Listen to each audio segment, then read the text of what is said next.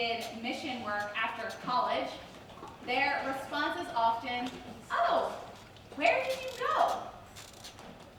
And sure, I did go somewhere to do mission work, but through these conversations, I realized that for many people, mission doesn't happen here. Mission doesn't happen in their local community, in their church, in the place where God has put them. I see mission as God's work, the work we are all called to participate in, the work we can and we should be doing no matter where we are. For me, mission is simple. Mission is being God's people out in the world. So what I love about our story for today is it tells us a lot about what mission looks like. In this story, Jesus is prepping those who will go on ahead of him. These are the disciples who are laying the groundwork for Jesus, testing the waters. They were Jesus' forerunners, just like John the Baptist. Here, Jesus is teaching these 70 people about mission, what it looks like to be a follower of Jesus out in the world. And I see this exemplified in two of Jesus' instructions to the disciples. One, whatever house you enter, first say, "Peace to this house." And two, the kingdom of God has come near to you. These two sentences pretty much tell the disciples, tell us, how we are to live our lives as God's people, especially knowing that sometimes the world is a scary place, that sometimes the world works in ways that are opposite to God's. And yet at the end of the day, Jesus wants these disciples and us to remember that no matter where we go, God is present with us. So let's dive into Jesus' instructions. What does Jesus have to teach us about mission and being God's people out in this world?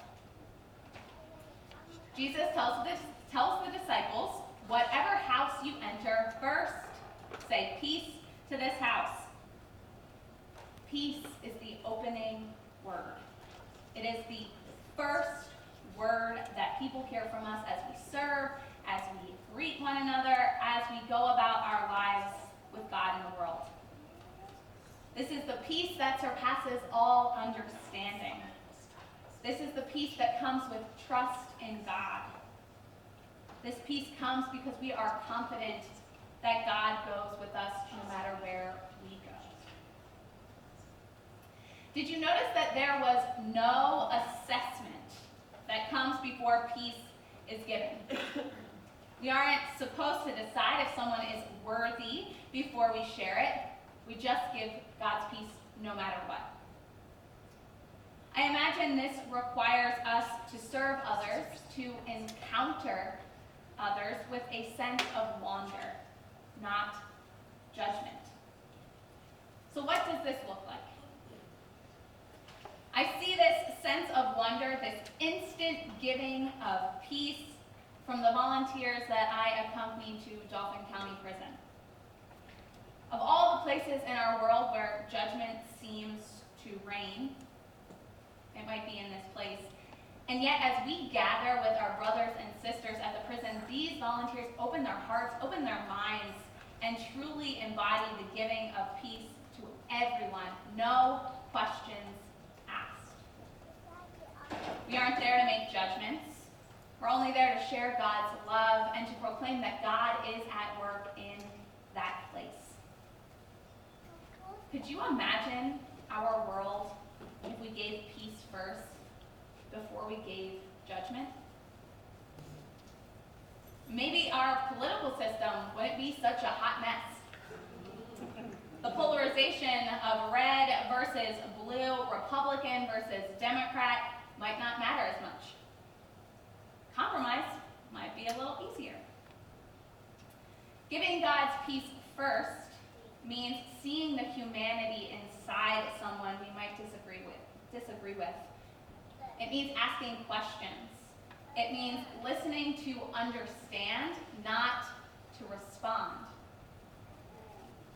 Think about how many languages use peace as a greeting, because peace should always be given first. In Arabic, As-salamu alaykum, meaning peace be with you. In Hebrew, Shalom, meaning peace. Or think aloha in Hawaiian, which comes from the same word for peace, compassion, and affection. Peace is what we should always lead with. Now, Jesus also says this: the kingdom of God has come near. Now, this is my favorite part of the story. Why? Because it tells us a lot about who God is. Jesus tells the disciples that the kingdom of God has come near even to the people who reject their message. The kingdom of God has come near to those who say yes and to those who say no. The kingdom of God has come near. This statement is true no matter who you are with.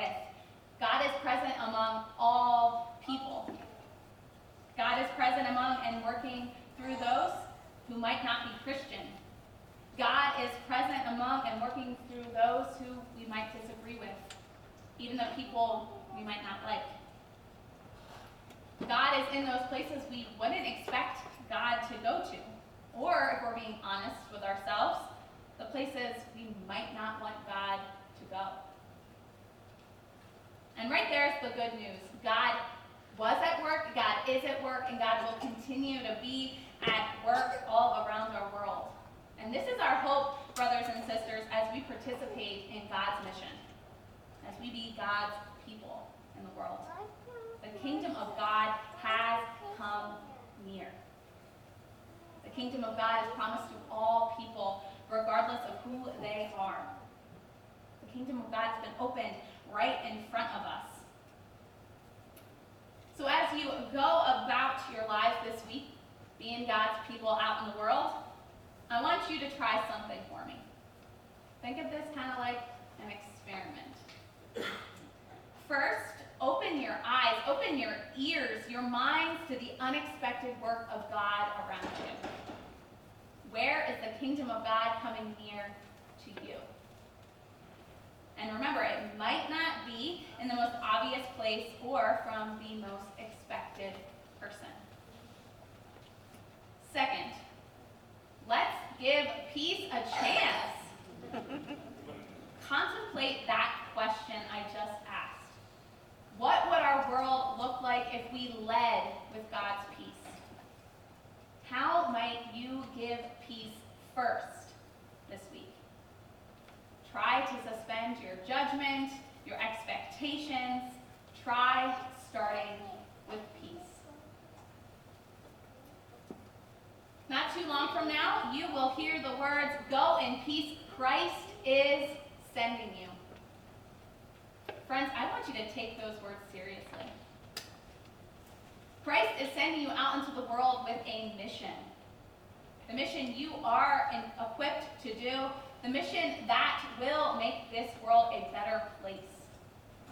It is the mission to share peace and to proclaim that the kingdom of God has come near. Amen.